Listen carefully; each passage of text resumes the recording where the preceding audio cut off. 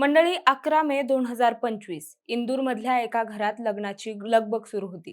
राजा रघुवंशी आणि सोनम यांचं थाटामाटात लग्न झालं. घरच्यांच्या मते नव्या आयुष्याची सुरुवात झाली होती. पण कुणालाही कल्पना नव्हती की या लग्नानंतर अवघ्या काही दिवसात एक अशी घटना घडेल जी पुढे संपूर्ण देशभर चर्चेचा विषय ठरेल. लग्नानंतर काही दिवसांनी हे नवदाम्पत्य हनीमूनसाठी मेघालयमधील शिलाँगला गेलं आणि तिथूनच या प्रकरणाची सुरुवात झाली. अचानक राजा बेपत्ता झाल्याची बातमी समोर आली आणि काही दिवसांनी त्याचा मृतदेह दरीत सापडला.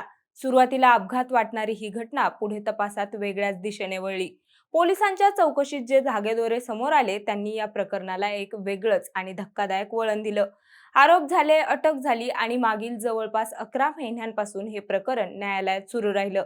मात्र आता तब्बल 11 महिन्यानंतर या प्रकरणात एक मोठी घडामोड घडलीय. मुख्य आरोपी सोनमला न्यायालयाने काही अटींसह जामीन मंजूर केला आणि त्यानंतर पुन्हा एकदा हे प्रकरण चर्चेत आलं.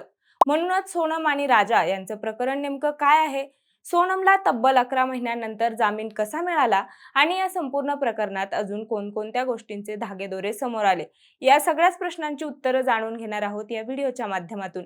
नमस्कार, मी अपूर्वा आणि तुम्ही पाहताय विशेष भारी. मंडळी, तब्बल 11 महिने तुरुंगात राहिल्यानंतर 28 एप्रिल 2026 रोजी या प्रकरणात एक मोठी घडामोड घडली. राजा रघुवंशी हत्या प्रकरणातील मुख्य आरोपी सोनमला न्यायालयाने काही कडक अटींसह जामीन मंजूर केला. हा निर्णय बाहेर आला आणि पुन्हा एकदा जवळपास वर्षभर जुनं झालेलं हे प्रकरण पुन्हा चर्चेत आलं. राजाच्या कुटुंबियांनी संताप व्यक्त केला, अनेक प्रश्न उपस्थित केले आणि लोकांच्या मनातही पुन्हा एकदा तोच प्रश्न उभा राहिला.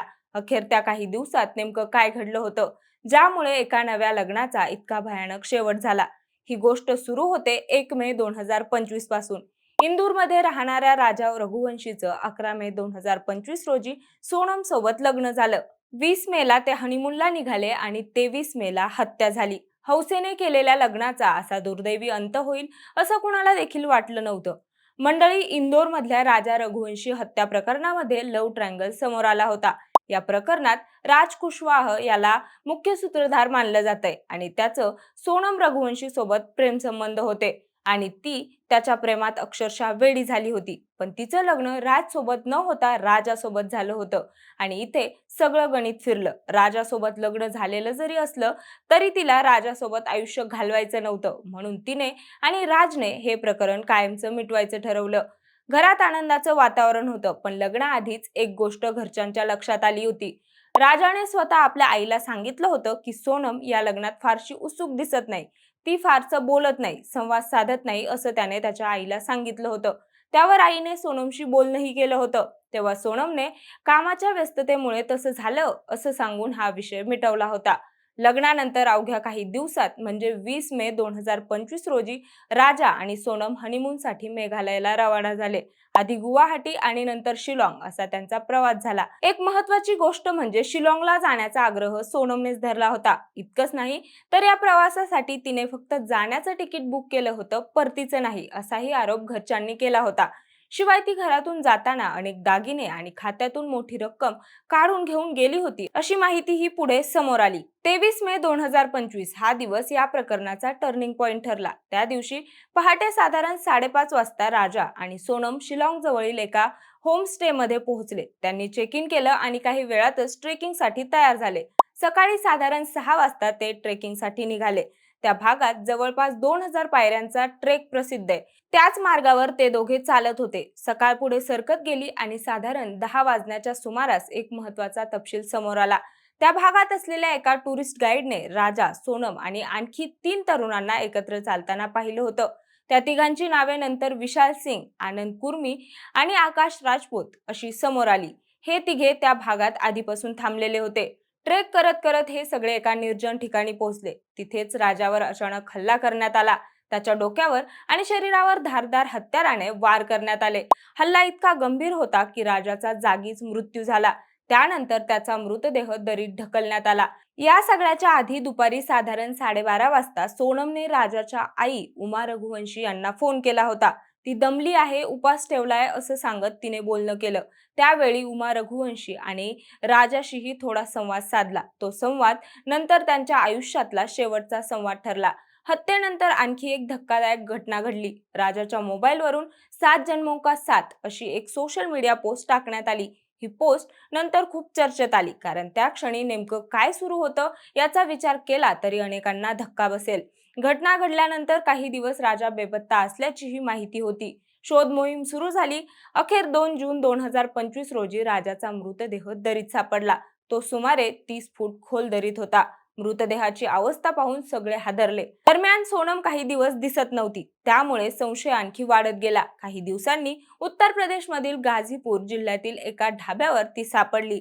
तिथे पोहोचल्यानंतर तिने फोन मागून आपल्या घरच्यांना कॉल केला. त्यावेळी ती फोनवर रडत होती. सुरुवातीला तिने स्वतःचं अपहरण झाल्याची गोष्ट सांगितली. काही अनोळखी लोकांनी तिला जबरदस्तीने नेलं आणि नंतर सोडून दिलं असं ती म्हणाली. पण पुढे एकामागोमाग एक तपशील जोडले जाऊ लागले. सोनमच्या आयुष्यात आधीपासून राज कुशवाहा नावाचा तरुण होता. तो तिच्या वडिलांच्या प्लायवूड फॅक्टरीमध्ये मॅनेजर म्हणून काम करत होता. तिथेच दोघांची ओळख झाली आणि त्यांच्यात जवळीक निर्माण झाली. पण घरच्यांनी सोनमचं लग्न राजासोबत ठरवलं. लग्न झालं, पण जुनं नातं पूर्णपणे संपलं नाही. पुढे काही दिवसात सोनम आणि राज कुशवाहा आणि आणखी 3 जणांना या प्रकरणात अटक करण्यात आली. या सगळ्यांविरुद्ध मोठ्या प्रमाणावर पुरावे गोळा करण्यात आले. मोबाईल, कॉल रेकॉर्ड, प्रवासाची माहिती आणि इतर कागदपत्र एकत्र करण्यात आली.